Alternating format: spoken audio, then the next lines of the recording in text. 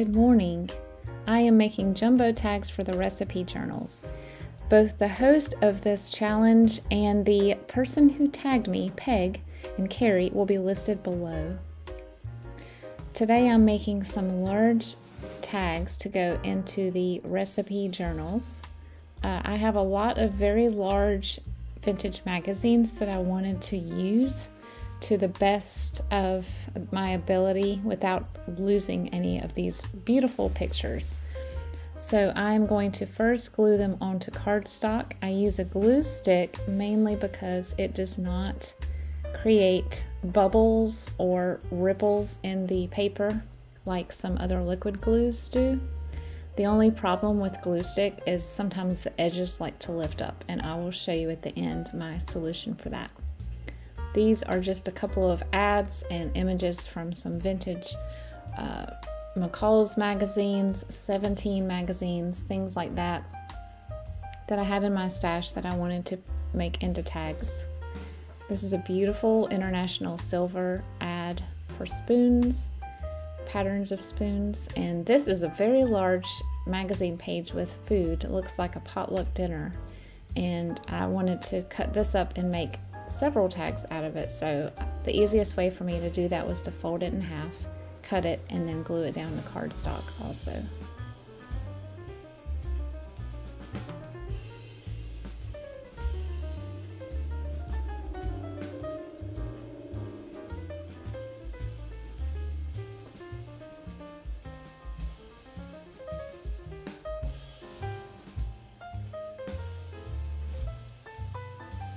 This pink page is just gorgeous. I wanted to use this one for sure. I ended up using 3/4 of it. The little checklist on the bottom I ended up cutting away and not using later. But I did want to make sure that I used this pink page because I'm having little pops of pink in these journals, because to me, 50s, when I think of 50s, I think of pink.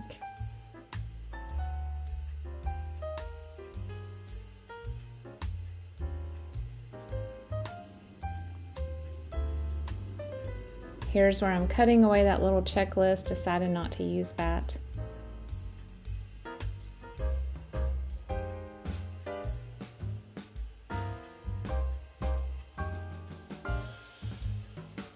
Now that the first image has dried a little bit, I'm cutting it out and I'm going to try to figure out the best way to make it into a large tag.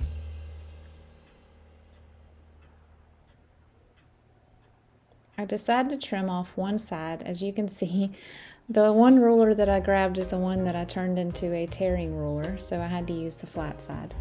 But I'm just making sure that the edges are straight, and then I trimmed off one side, maybe a ½ inch off one side, to sort of center up the focal point. Now I'm going to cut off the bottom, about 3 inches off the bottom, because I would like to keep her dress, but to keep it on the front would make the tag too long to fit in a journal. So I'm going to create a tag with the bottom half of the image on the back, and not a tag, a pocket, with the bottom half of the image on the back. And you can do this with any tall, skinny image that you want to turn into a journaling card or tag. You can always put a pocket on the back to continue. And here I have sewn around it and added a gingham ruffle. Sewing it also adheres that pocket to the back. And now you have room to put a recipe.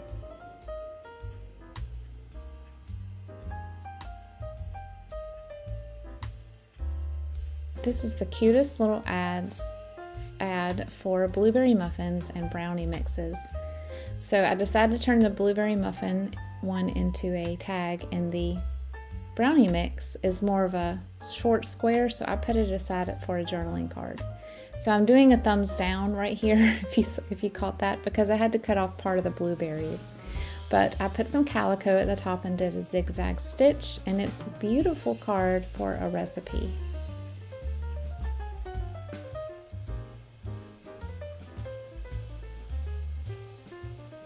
I decided to turn this image into 2 tall, skinny tags.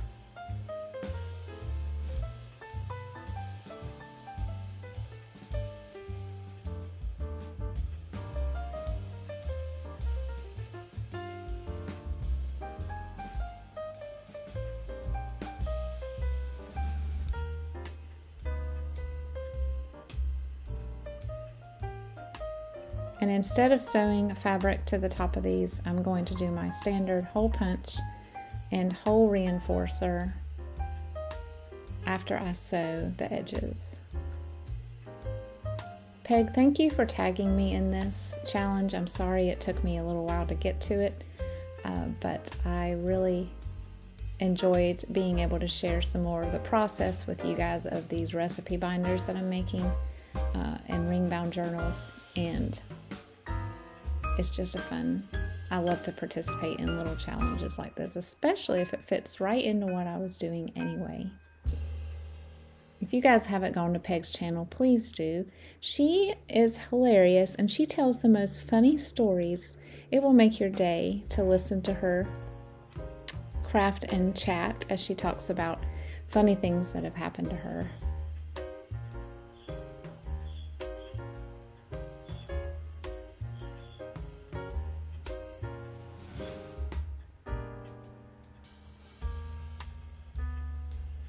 I'm just cutting a little piece of muslin left over from some snippet rolls, and I'm going to put that in the tag as my tie.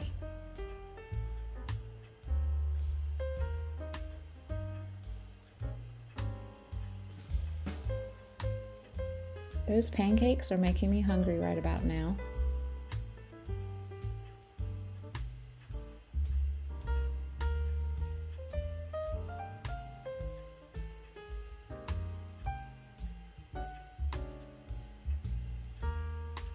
So now I'm using my Tombow Mono Glue, and I am just lifting up the edges of the magazine images.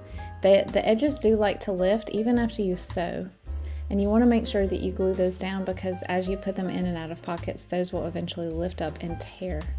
So I'm just going through and making sure that nothing is lifting up and preserving these very fragile and delicate magazine images. Here's my stack of other pages that I'm going to use, and I'm kind of showing you how I'm going to divide each one into tags.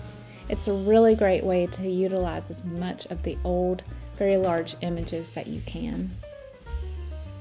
Thanks for joining me today, y'all.